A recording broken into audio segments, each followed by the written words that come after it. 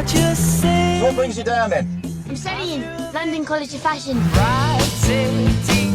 Room is on the top floor. It's perfect. I love it. If I could live any place and any time, I'd live here in London in the 60s.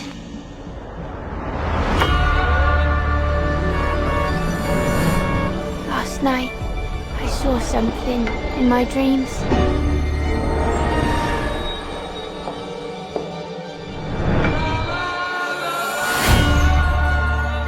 There was a girl. And you are? Sandy. I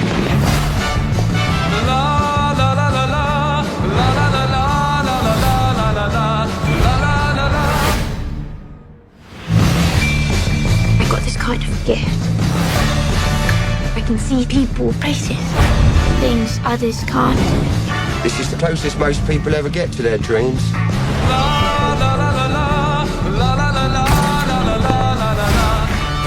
They're not just dreams. Jack, I don't want to do this. You think you can just walk away? They really happened.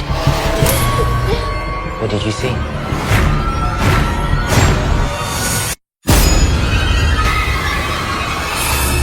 Do you believe in ghosts? Oscar and Emmy-winning composer Stephen Price channeled his love of music from the 1960s in his latest work on thriller Last Night in Soho. Directed by Edgar Wright, the film follows Ellie, played by Thomasin McKenzie, who begins to find herself transported between present day and London in the 1960s, where she enters the body of a singer, played by Anya Taylor-Joy. Price is the film's composer, and he additionally produced 2 extended versions of Downtown, performed by Taylor-Joy. This marks his 4th project with Wright, having previously collaborated on Baby Driver, The World's End, and Scott Pilgrim vs. the World. Price is our guest today on Behind the Screen. He's a 2014 Oscar winner for Gravity, and he collected an Emmy last month for David Attenborough, A Life on Our Planet. I'm Carolyn Giardino. Welcome to the Hollywood Reporter's Behind the Screen.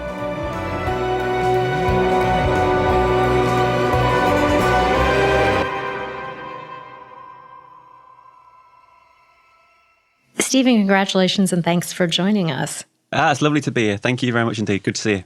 Good to see you again, too. Last Night in Soho, I know, is a period of music that you really love.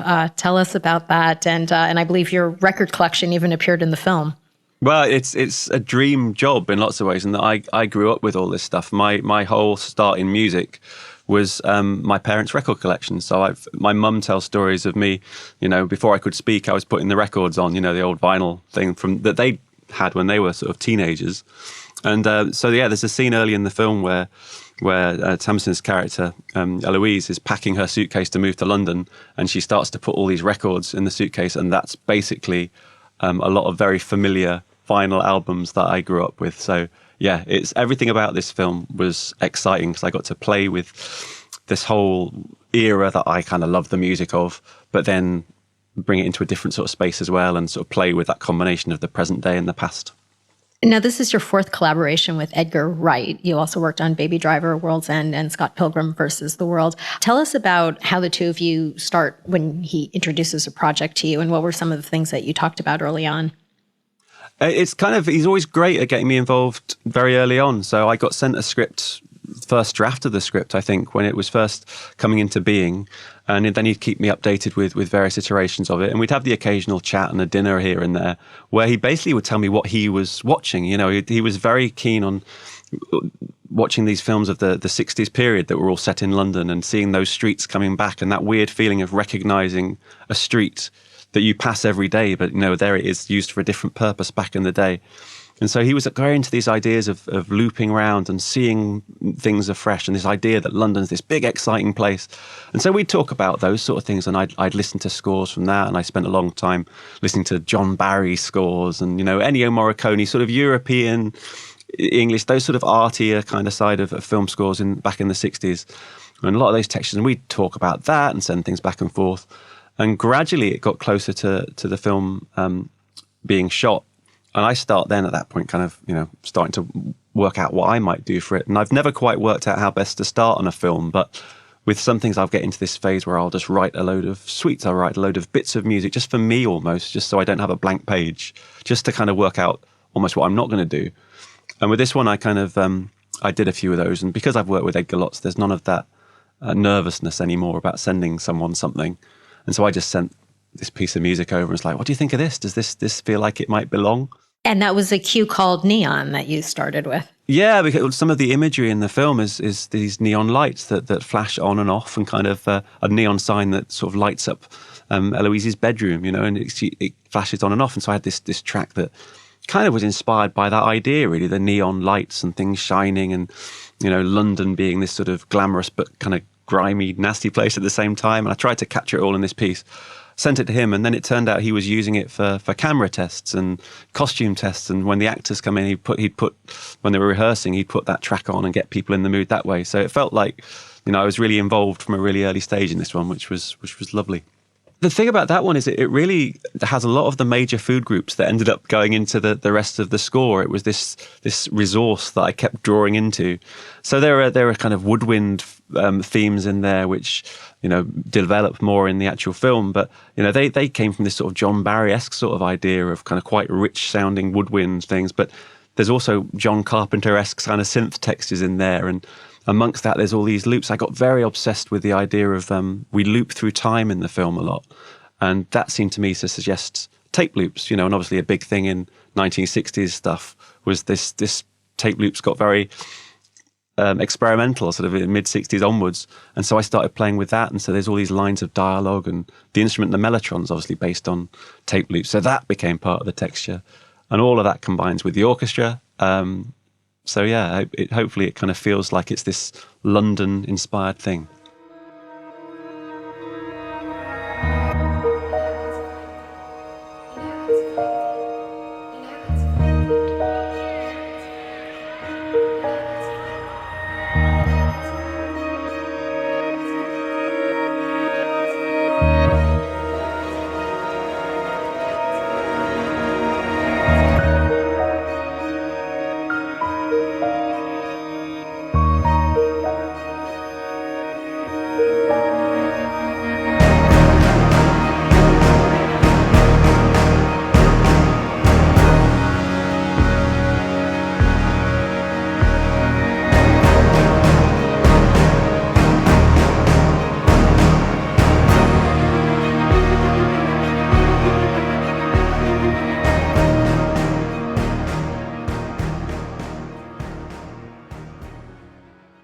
The next key we're going to listen to is called When I Feel More at Home, and this was effectively Ellie's theme in the movie. Stephen, what inspired this? I mean, Ellie's character in the film, I think she's wonderful, sort of the character that we get from the performances. And she's got this gift. She can see her mum, who had previously moved to London, and things had overwhelmed her and it become too much. And Ellie can still sort of see her. She has this sort of relationship with her mum, even though she's not there physically. And I tried to capture this sense of there's two edges to that relationship. There's, on one hand, it's this beautifully reassuring thing for Ellie, but on the other hand, there's an otherness to it, and I tried to capture that in this piano theme, which is always a little bit sort of off kilter. It sort of tries to settle into something sweet, but then it's always shifting and feeling a little bit uncomfortable, a little bit other. And some of the style of it came from, films like Don't Look Now that I talk about with Edgar, where, these sort of childlike almost, but something sinister at the same time patterns would be set up. So that was kind of what I was trying to do. And as the film goes through, it sort of develops more, and you hear this piece coming back in different ways. And, gradually as the film goes on, it starts to melt and become part of other textures as well. Well, let's listen to that one.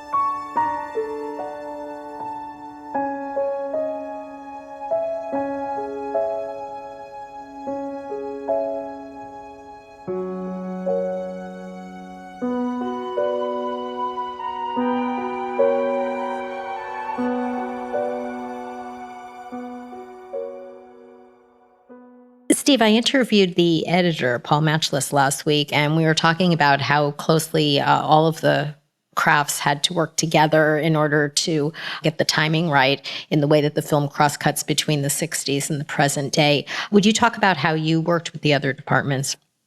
Yeah, I mean, what's one of the great things about working on an Edgar film, and also now that we've all done a fair few. I mean, I'm one of the relative newcomers, really. This is my fourth project, but there's people like Paul have been working with him since his first TV series, Spaced back a long time back.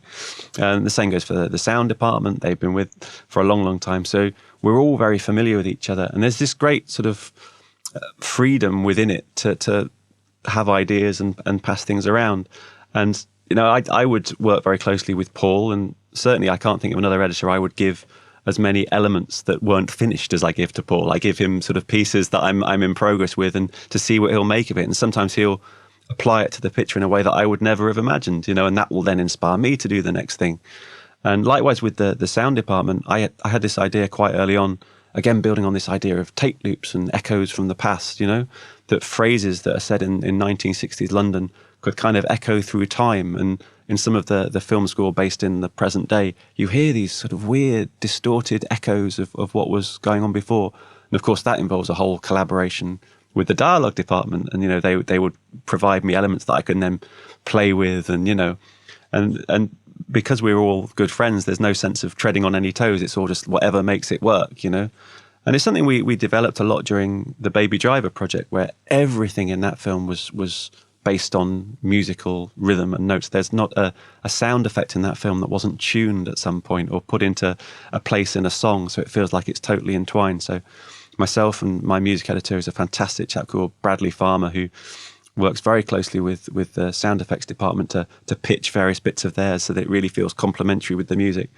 It's all stuff that we've kind of been developing with each film. And I feel on this one, we took that to really interesting places because it's so story based. Every decision that was being made sonically was really entwined with the visuals and what Paul was cutting and what they'd shot, and it was the whole thing came together. So big conceptual things were attempted. I mean, there's a bit at the beginning of the film that you may not even notice the first time you see it, but the first period in the film is really very close up on the stage. Mono is almost, you're not really hearing anything in the surround speakers at all until the moment we enter 1960s London, when all of a sudden the music blooms around you and you're surrounded by the traffic of the 1960s. And that sort of sequence would only be possible if we were all talking all the time and just planning how we might achieve these things. So it's great when it comes off. Your music was even played on set during production. Isn't that right? Yeah, there were pieces that I'd done, because I was writing these suites that I'd call mirror suites early on, based on all this mirror imagery.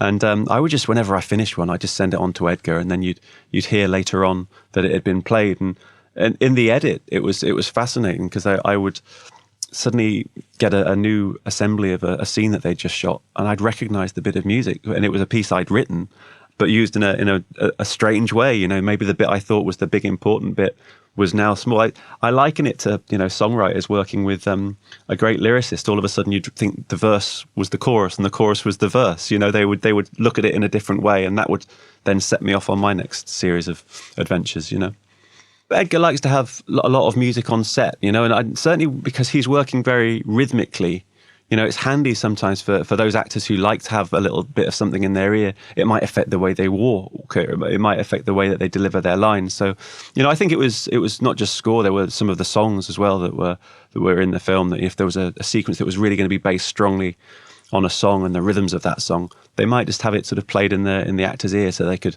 adapt their movements or feel like they were almost dancing along with it in a way that, just would come across when we got into the edit later on.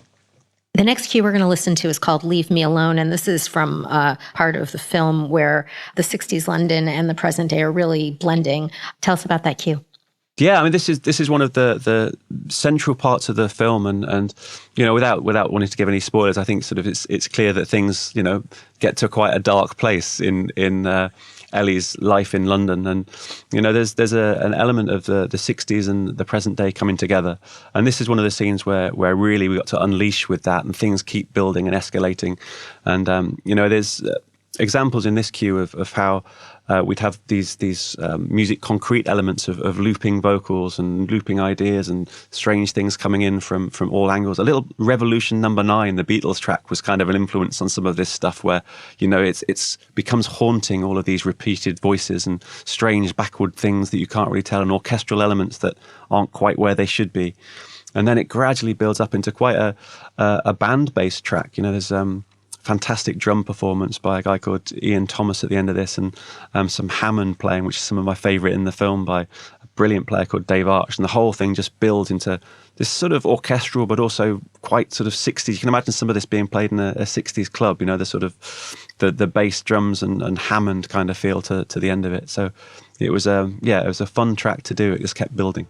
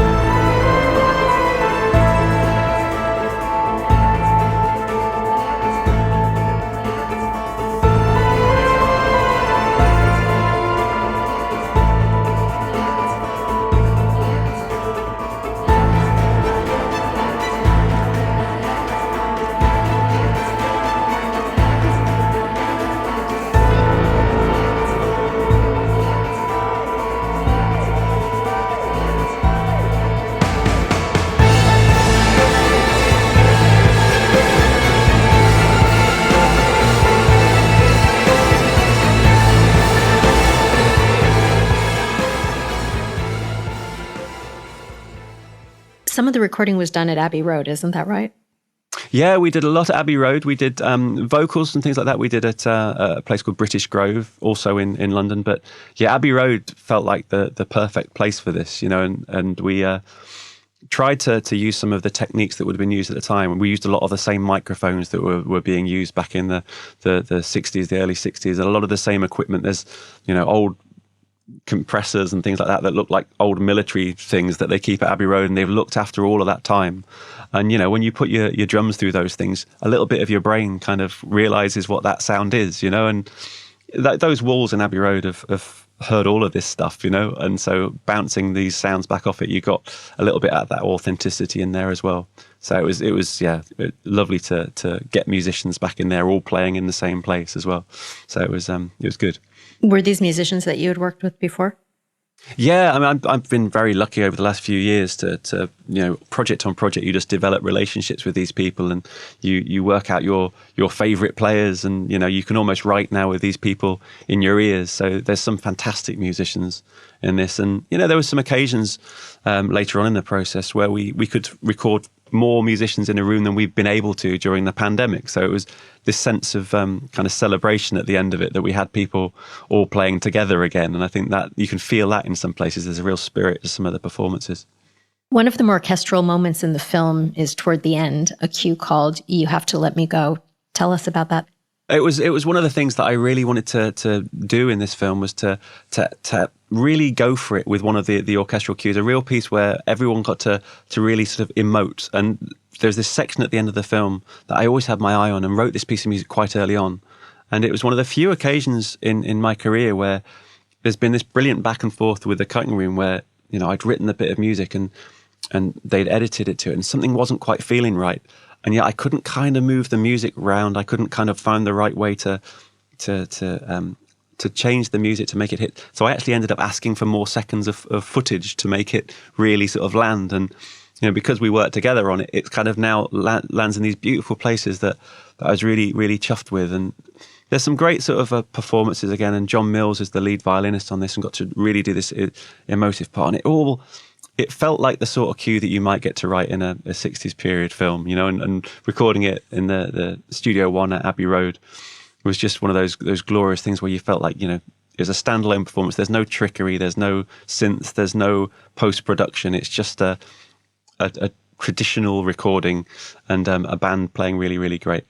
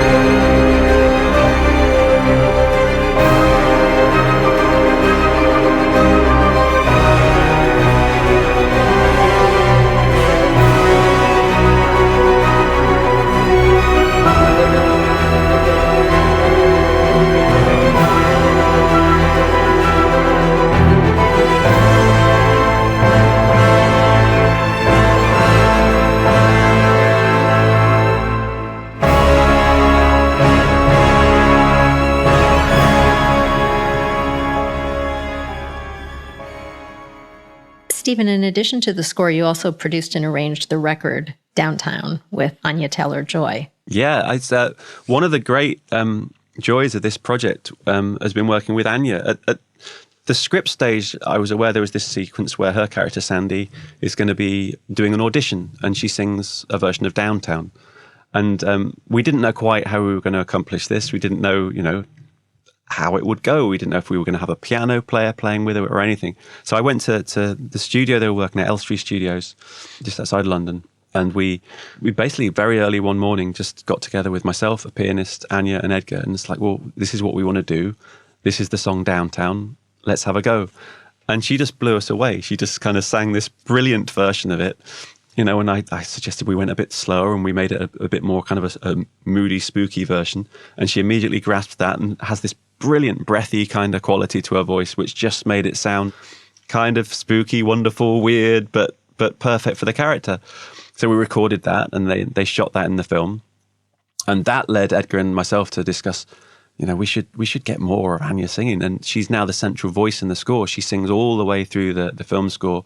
The idea being that her character, Sandy, is kind of this siren song calling us back to the 60s all the time. Wherever Ellie is, she's always hearing this kind of voice. When she first goes in the room in Mrs. Collins' house where she stays, the first thing you hear is a little echo of the voice of Sandy, calling her back to the 60s. And then when we finished the film, it was like, well, we could still do something else, and that we had this brilliant one verse of Downtown we'd done for the film. And the idea came to do more. And so we actually recorded 3 more songs. We've done a version of Downtown, which is in the 60s kind of style. We've done it, pretty much as per the original record, but went back, got a fantastic band in a fantastic room, recorded it, all the energy in the world, and then Anya sang that. She did another song which is huge in the film called You're My World by Cilla Black originally. And then when we were recording it, Edgar came up to me and said, we should do a version that builds on the trailer. We should do a version, a mysterious version. And I'm sitting there with 50 musicians in the room with no plan whatsoever for doing this. This is the first that we discussed it.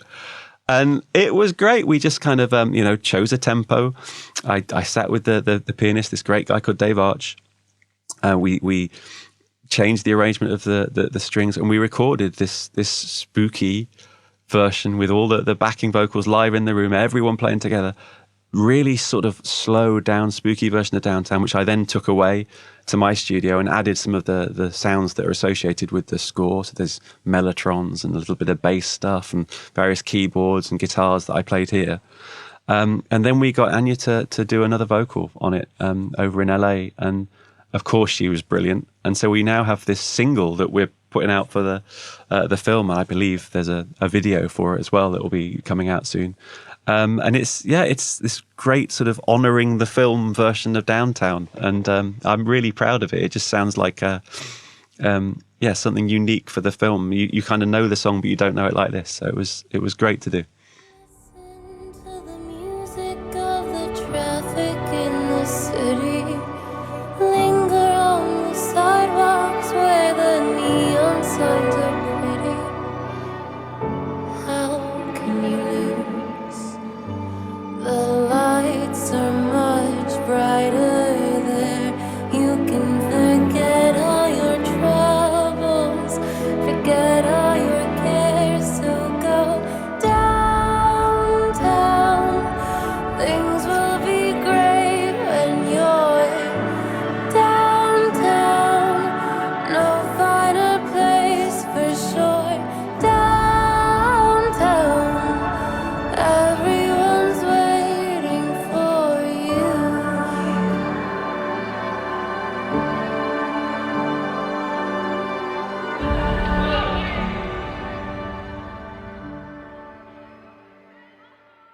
So, Stephen, this has been a busy year for you. In addition, last month you won your first Emmy. Congratulations. Oh, thank you very much indeed. Yeah, that was a lovely, lovely surprise. What's next on your plate? Well, Soho opens tomorrow, which we're all very, very excited about. There's a show that I've got out at the moment as well called Earthshot, which is something building on the David Attenborough film that I was lucky enough to win the Emmy for, which is about the Earthshot Prize, which is kind of the first big prize for the environment. So I did a lot of music for that, and that's a prize run by Sir David Attenborough and Prince William over here in the UK, and I believe that's out on Discovery. And then the next movie that's coming out should be a project called Distant, which I made for Amblin Productions earlier this year, which we're all excited about, which takes me back into space and crash landing on an alien planet. Will the one that you just mentioned be your first return to space, so to speak, since Gravity? It will, yeah. It was kind of, it was very interesting. It's a very, very different film. It's it was great fun to be up in space, but doing it all a different way. And it's a very good fun adventure kind of, some scares in there as well. But it was, a lot of music, and got to record that with great LA musicians. So looking forward to that one being out. And could you tell us a little bit more about this project with David Attenborough and Prince William?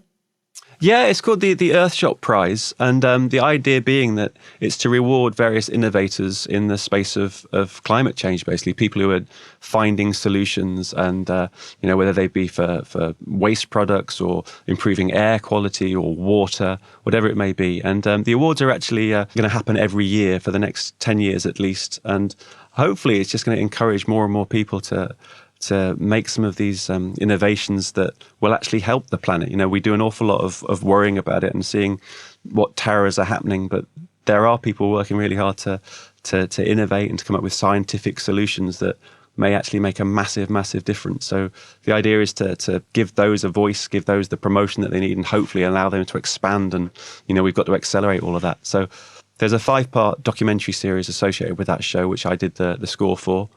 Which is available, I believe, streaming now. And yeah, this will develop hopefully and build over the next 10 years to hopefully make a difference to the planet. Stephen, it's been great to talk to you again. Thank you so much for joining us. Oh, thank you very much indeed. Lovely to speak to you.